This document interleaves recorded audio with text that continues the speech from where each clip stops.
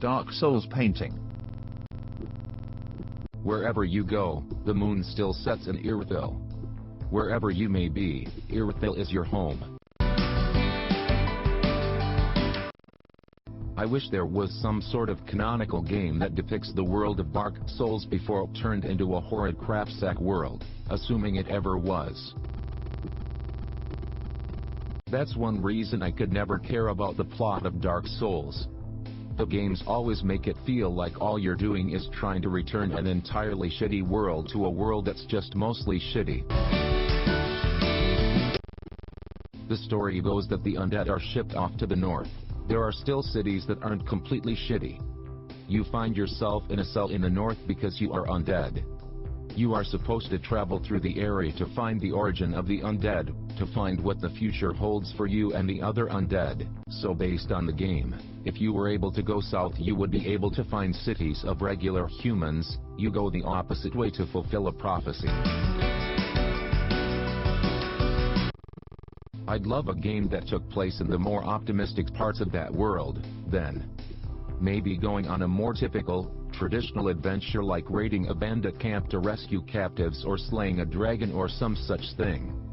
Hell, a Game of Thrones or Lord of the Rings or even Dungeons & Dragons game using the Dark Souls engine would be fantastic.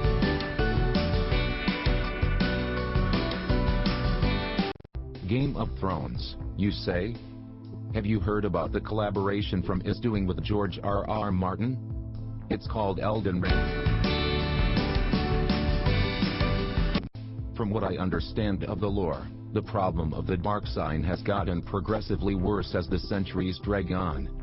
By the time of the start of the story, regardless of the timey-wiminess of the world, the residents of the asylum have clearly been abandoned to their fates.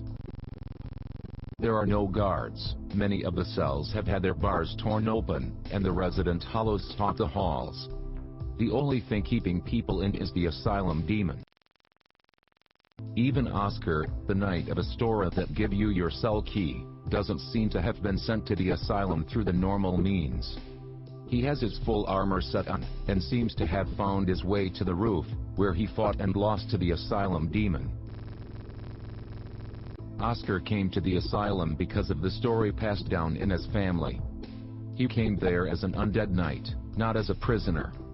And the fact that he was so hopeful that you would carry on the quest may even indicate that there are few left who might be able to complete it at that time, or even that he knew something about you that you don't. It's possible that you had been sitting in that cell, somehow unhallowed, for centuries. It may even be that seeing you, sitting there instead of writhing and foaming at the mouth, is what inspired him to release you in the first place. And remember, all the undead people you meet on the way that came to Lordran didn't come from the asylum. They came here on personal quests. To kill, or steal, to learn magics or practice pyromancies, or to earn the right of kindling, and offer themselves as kindling for the next age of fire. I'd guess that by the time your quest starts the world is in its final, darker days. Societies still exist elsewhere, but things can't persist in their current state so long as the fire remains unkindled. As for what will happen if the Age of Fire is allowed to end? Who can say? I'd imagined it to be more of the same, but a world without gods is certainly more appealing than one with. Where is Astora, and Karim? Is Lordran, Lothric, etc. just a big purgatory for all the other lands? I know Dark Souls equals space-time is fucky, but I have no idea what exactly the setting even is.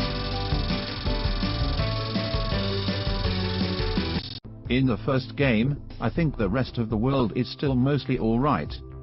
They are probably going down the drain, but I think they are still around. It's less clear as to what the world outside Drangleic looks like in Dark Souls 2, since we hear less about it, but the weird, trippy stuff that you see in the intro cutscene makes me think that there are still places that are doing okay. In Dark Souls 3, however, I think the world is so far gone that what you see is mostly all that's left, or at least, I don't think there are any places you don't see that are in much better shape than what you do see.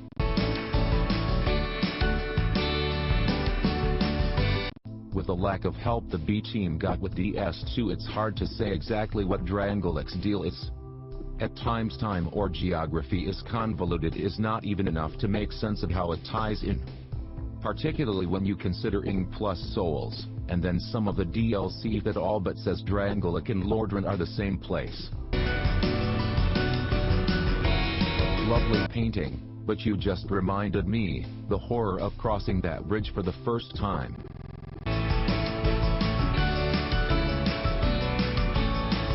Irithyll's beast is not a fucking joke, especially on the bridge. Is worse to fight later. Later where? I always kill that thing on the bridge. If you don't kill it on the bridge, and instead run away, it can't pass through the barrier at the end of the bridge. It will later appear in the water-filled outdoors area before the sewers. Have fun fighting the thing while slowed down by the water. So who posted the image then? You/Pikachu Goat. WTF, this guy is a serial reposter. Seriously, subs should be banning him. So why didn't the author post? Is this content left? People copy content on the internet? Sweet summer child. Yes, I'm guessing the original op has posted this already before, which would make this a repost, which in itself is content theft, although this op could have credited the artist, and not looked so shady.